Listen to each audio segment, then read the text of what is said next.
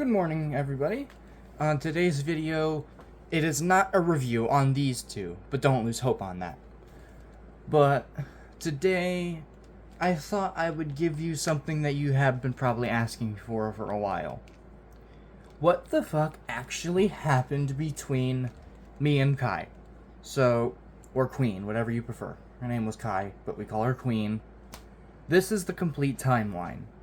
Now, I wanted to wait to do this video until I was done grieving. Now, I'm going to tell you, right now, if the subjects of drugs, scamming, rape, abuse, alcohol, tip you over, I suggest clicking away, because this is some very graphic content. This is going to be a very graphic video. There's going to be some very adult subject themes in here. Now, I'm going to start us from the very beginning of our relationship to the very end of our relationship. And this video is going to be a lesson. And that's going to be about why it's okay to open your heart, but don't ever open it too wide. Alright? Let's get into this. Alright, so on October 15th, 2024. Before that, me and Kai were just friends online. We were just friends. We were two people who hung out. Before that, we were in a group chat with a bunch of idiots. Now, I'm not gonna. That's a story in itself. We're not gonna go into that. But there was a bunch of idiots in that group chat, and there was me who was the leader of that group chat who kept everyone in line. And I didn't know that Kai had feelings for me. And I just didn't pick up on it until a night where we talked. She got a little flirty, I flirted back, and bing bang boom, we're a thing. Now, our relationship was on phone from October to June of 2025. So, in the beginning of October, in October, the relationship is young, but we're having fun, we're nice. We're starting to really like each other. As the seasons go on, spring was fun, winter was fun, and summer came, and that's where things changed. Summer, I went on a trip across America. Because I live in Connecticut. I went to Connecticut, to freaking North Carolina, to Oklahoma, to Phoenix, Arizona, to New Mexico. That's how far she was. She was in New Mexico. I was in Connecticut. We drove all the way down to New Mexico for me just to meet her. And I will say, those 3 days were absolutely amazing. There's not a single bad part about those 3 days. They were genuinely fun. I was in love with the girl. I definitely was. There was no doubt about that. And we fell for their fake colors, I guess you could say. Because after the trip was over, I was depressed, man. I wanted to see her again. I was asking my mom if she could fly Kai up for my birthday. And, here we get into the actual nitty-gritty of things, of how things really changed. So, for starters, Kai's sister is named Karaya. Kai's mom is named Kat. Now, Kat is the person that you're going to walk away from this video absolutely kind of despising. Alright. So, my mom and Kat became, like, best friends. They became besties. And my mom didn't know what to do because Kat and her daughters were kind of homeless in New Mexico. So, I suggested, hey, what if we clear out this back room and moved them in with us? And she was like, are you smoking crack? And I'm like, no, it's just genuinely an idea. We loved them in New Mexico. Why not have them here? And that was probably the dumbest choice I've ever suggested. That was my kindness trying to act a little too hard. But it actually happened.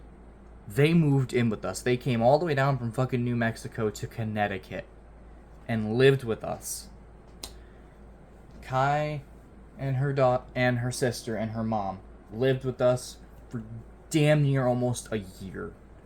The summer, the rest of that summer was by far probably the greatest summer I've ever had.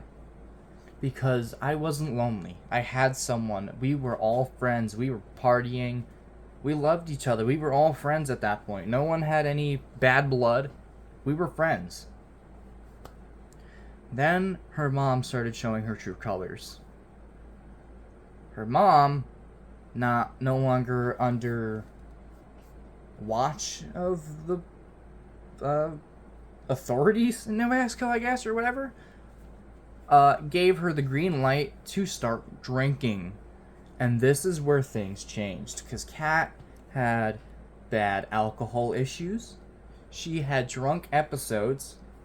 The first one I remember was one night where Kat was giggling at my mom and all of this, and then said something, and that really pissed someone off, and they tried to get her on the porch, and she wasn't budging, and my stepdad had to scream and tell her to get on the porch, and it almost turned physical, and it was bad. It was bad. The second one, this is where my relationship with Kat just died.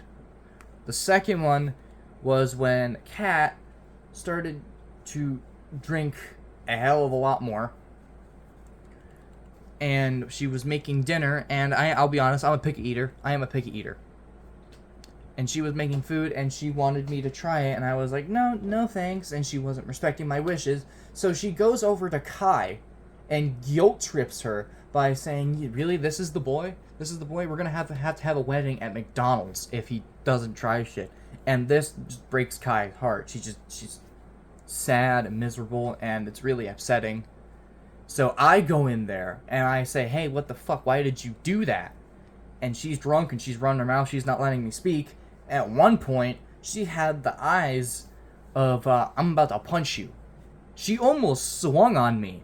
No, I'm dead serious. She almost fucking punched me in front of my mom and stepdad. And that was the last straw for Kat. It was either no more drinking or I get the hell out. So she said, okay, I'll do dry January. But do you think she really did dry January? Absolutely not. I kid you not. 3 days after she promised me she would not drink in the house again, she took me, Kai, and Karaya out to go get a drink at the gas station, and then she went across the street into the liquor store while I was right there. I watched her break her promise right in front of my eyes. And when she got in the car, she was asking, why am I so silent? Why are you not saying anything? I get home, I run upstairs to my room, and I fucking lock the door. I don't talk to any of them for 4 hours. And Kai's terrified. And I tell her what's going on. She comes to my room, and she aids her mom in defense.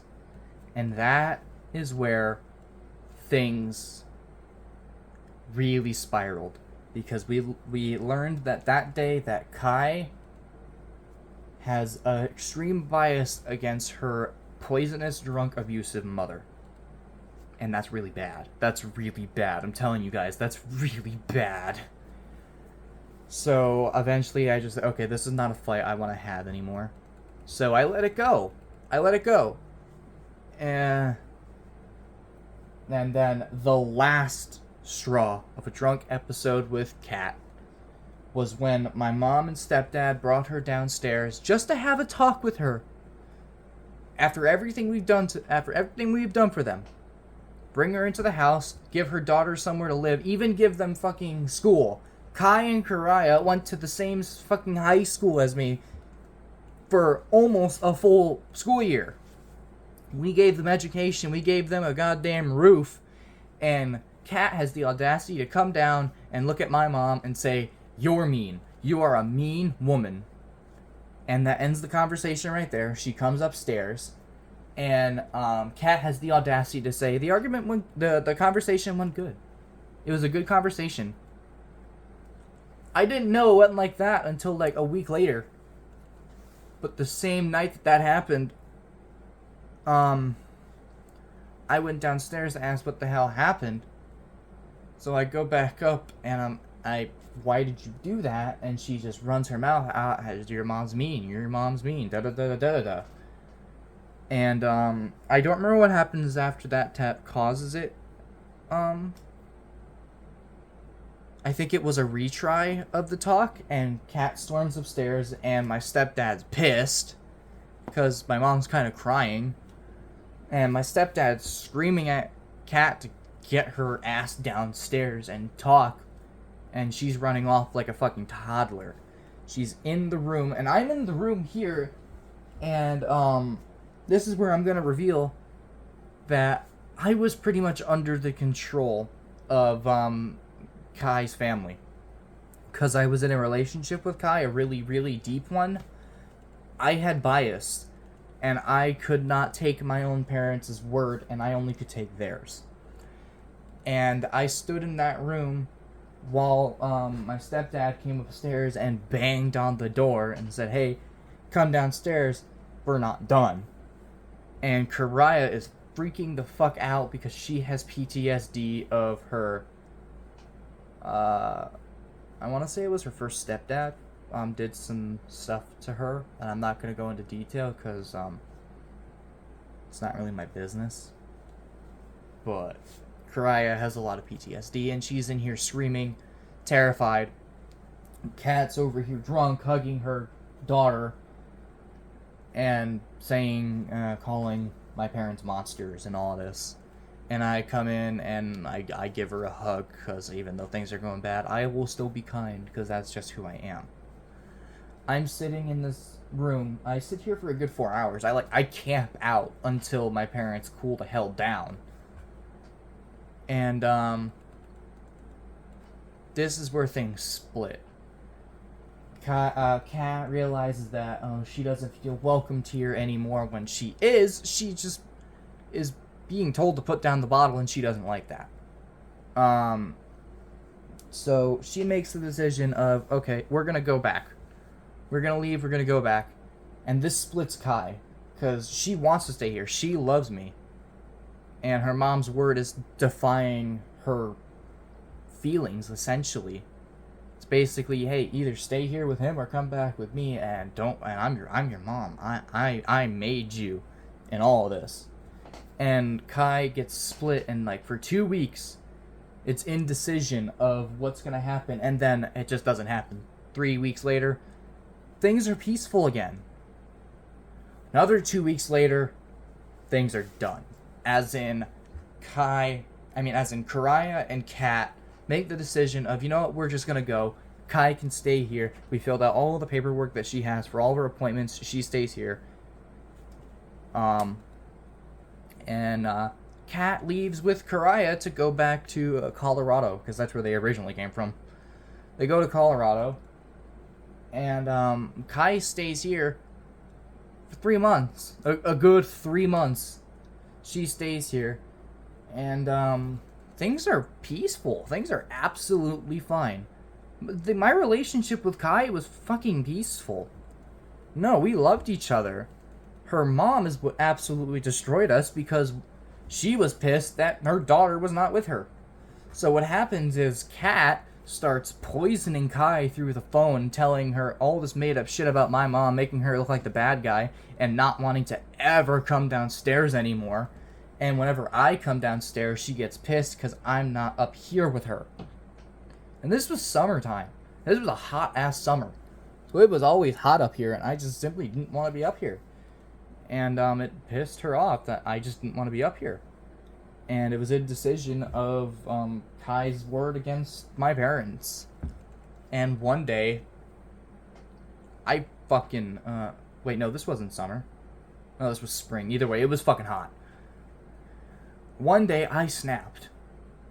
And I almost ended things there. But I have a good way of repairing things. I snapped at Kai because she was on her bed freaking out and everything and all this. When I'm telling her, hey, come downstairs, she's like, no, I don't want to. Your mom's mean and all this. And I'm like, no, she isn't. And she's not letting me speak. And then I snap and I say, you know what? Your mother's a fucking drunk retard. And your sister, I don't even know what the fuck she is. And this causes Kai to tell me to get out, she's leaving, and all of this, and I'm able to repair things. And that same night was the night that I did the Brighter performance in the short that you guys watched. That was that same night. We were able to repair things that hard that we still went to the coffee house and performed and had fun. That's how good I am with taking responsibility and fixing situations. But as we know, may have fixed things there, but things ended either way. And that was where we come into May. May was the finale. And I will be honest, I did play a factor in a destruction of the relationship, and that was with prom.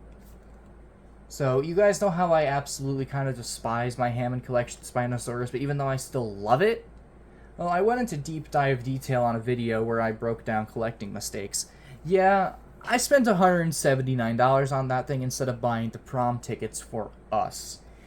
Yeah, that was definitely my bad, and I take responsibility for that. That was really stupid of me. I bought a dinosaur instead of buying prom tickets. Even though I still got the prom tickets later on, it still pissed Kai off to no end that the Spinosaurus was a higher priority to me than prom. And I'll be honest, it kind of was. Prom dances are not my thing. They're not. And she was absolutely ballistic when I said that, hey, prom's just not... Dances are not my thing. I'm going mainly for you. And she was upset. She was like, why aren't you going for us? And I'm like, I am. She's like, no, you're not. You're going for me. And that... We still... I guess we somewhat fix things. But it doesn't matter. Because... I kid you not, the week before prom, one night happens where things just die. Things just finally went poof. And that was the night where I posted the picture of loot. Like, I don't know what to do with myself right now or something like that. It was where my depression started, the 4-month spiral that I had where my voice and shorts were very dull. I wasn't as active. It's because it was a 4-month gap of pain. Basically what happened was that I snapped at my mom. I full on said, you know what? I'm on Kai's family side now. You guys are mean. And I go out on the porch and I'm pissed. I'm kind of throwing a little bit of a tantrum, hitting pillars and shit. And I call my dad, and he speaks to me, and he reveals that I'm completely hypnotized. I have my head up my ass. I don't know what I'm talking about. And I realize, oh God, what have I done? I tell my mom I'm sorry. I ask my dad to come and get me, and he comes and get me.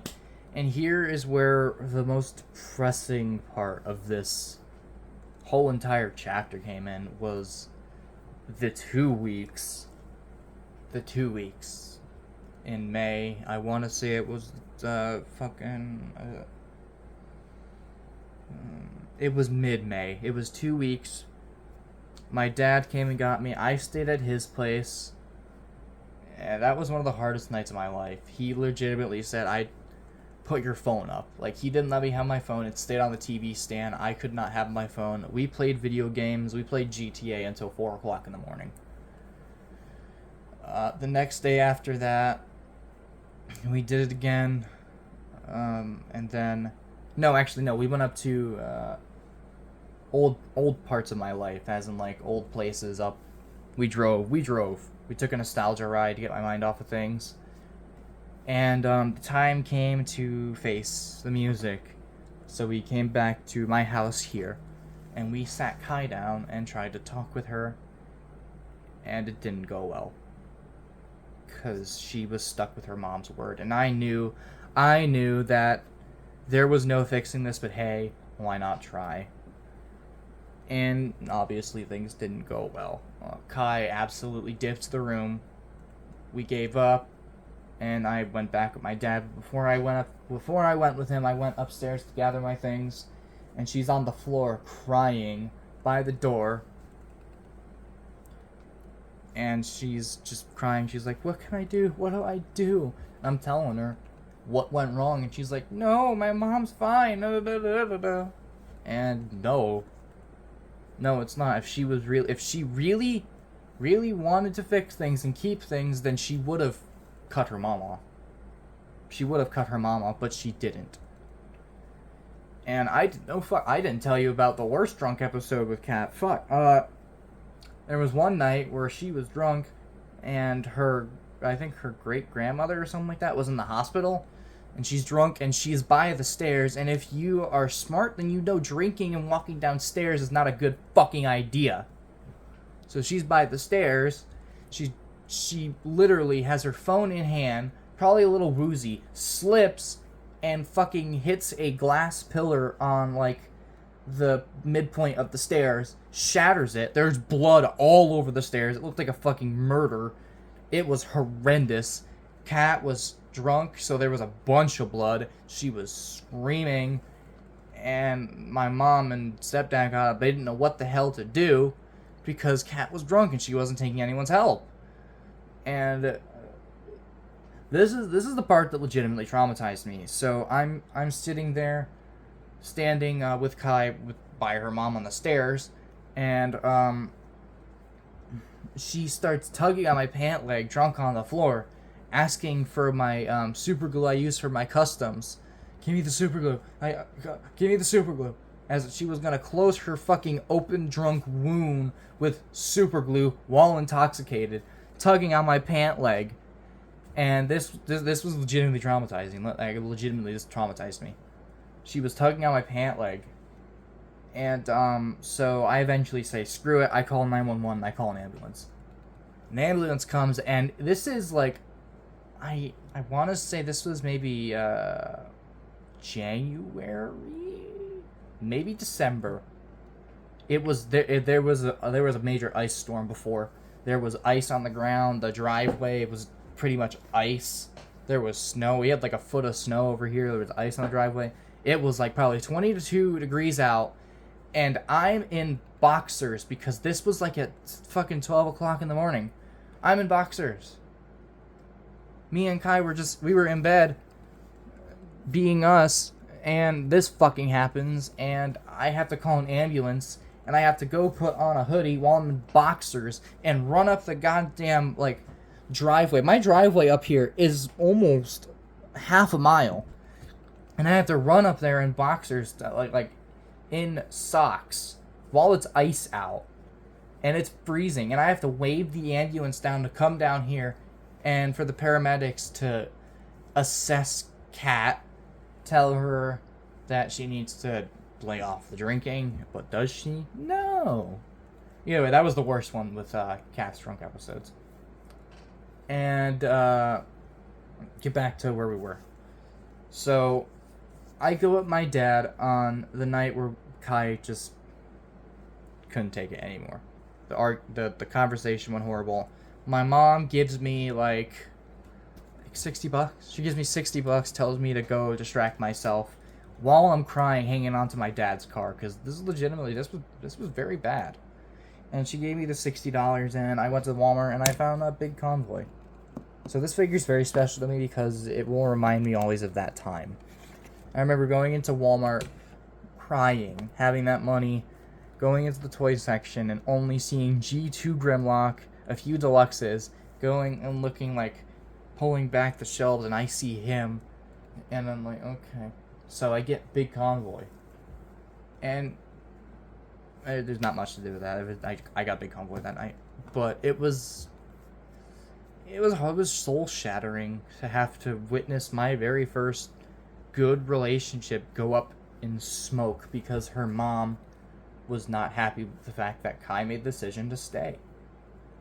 Kai really didn't do anything wrong. She was the victim. Her mom is the villain. And, after that, it's 3 days at my dad's again. And I'll be honest, I missed a fuck ton of schoolwork. And this was end of the year, so this was bad. It was 2 weeks. I was absent from school. 2 weeks. And my grades dipped to the point where I graduated junior year with a GPA of 2.46. Ouch.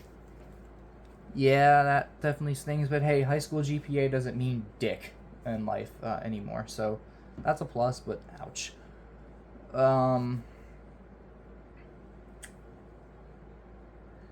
Then we get to the part where I have told everyone of what happened. The night where we ended things was when I finally had the courage to stay at my dad's house. Stay at my house again.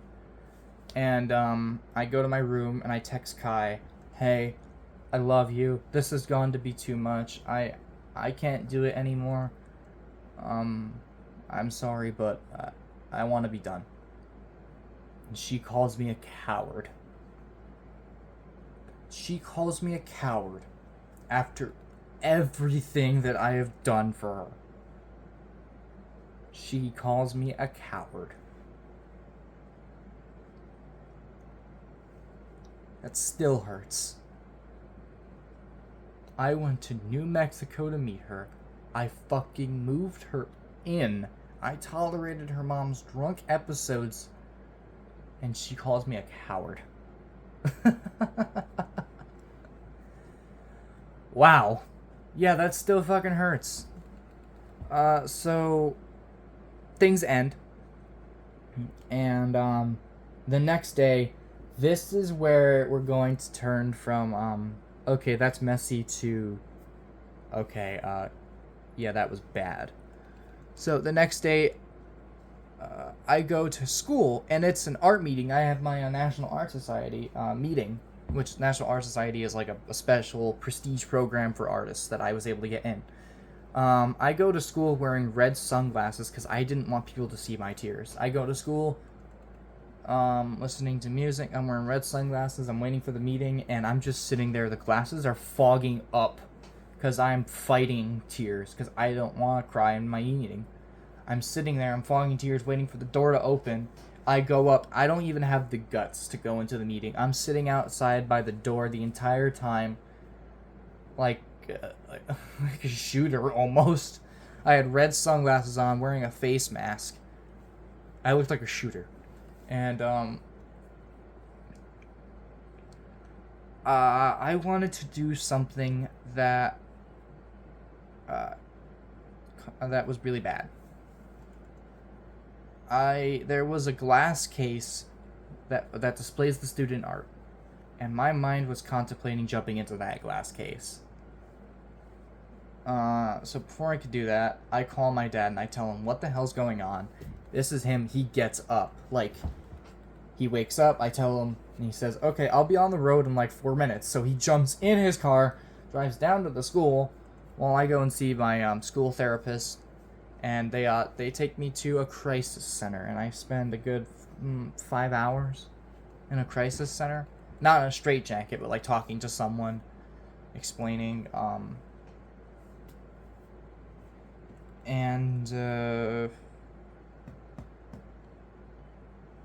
While I'm sitting there, Kai texts me, asking what the hell's going on, and I tell her, "Hey, thanks to your harsh words last night, I'm in a crisis center because I wanted to kill myself." And she's all sorry and apologetic and all this, and I'm like, I don't need your sorry. I don't need it. Clearly, you're not sorry, because you wouldn't have called me a coward last night if you weren't. And she's like, "What can I do?" And I'm like, "You can cut your fucking mom off and maybe I'll let this go." And she's going more about how her mom didn't do anything. And so I'm like, you know what? No, I'm just done. I'm just done. So my mom and stepdad fly her back. Yeah, we're that nice. We don't even let her mom come and get her. We just get her a plane ticket and send her the fuck home. We fly her back. And she's out of our lives, but it hurts me a lot. And this was the 4 months of absolute depression. I go to prom in my suit that I bought to go match with her dress. And I am alone. And it's raining out. I am completely alone. I am depressed as hell. I am crying in prom. I find some friends. I somehow am able to turn the night around. I even go to this really pretty girl who had a purple dress on with black gloves. She looked very pretty. I even said, hey, I like your dress, you're very pretty, want to dance? She says, maybe later. I don't ever get to dance with her, but hey, I shot my shot, I had the guts to do it. But I turned prom into something fun by being cringy and doing some fucking breakdancing in a tuxedo, which was probably very stupid of me, but I did it anyway. And prom, yeah, it was sucky in the beginning, but I made it something great. After that, that's when the coffee house performance happened, where I posted the video of me singing "Hurt" by Nine Inch Nails that you guys have probably all seen, where I sang while breaking down, which was real. That was 100% real. That was not acting. That was legitimately me crying while singing. And that leads us to summer, where things have gotten a bit brighter. Pun intended. I can only thank you all for staying with me, for being supportive and everything during this harsh chapter. I can only thank you all. I really look forward to turning 18 on Friday. Celebration between some friends gonna happen tomorrow night. Yeah, it's gonna be fun. Things are gonna go up. Things are gonna become less dark, light, and turn light again. It sucked. Really does still hurt, but I've moved on. I feel at peace. I feel I can live again. I even shot stop motion the other day, and that's something I haven't done in months. I was able to be myself, and I am myself again. And I have you, all of you, to thank for that, for being supportive and being there for me during this time. And you probably are all sick of me dragging the Queen thing across your fucking face now about it. But hey, it was a thing that happened. It was really bad. It was a fucking almost 2 year gap.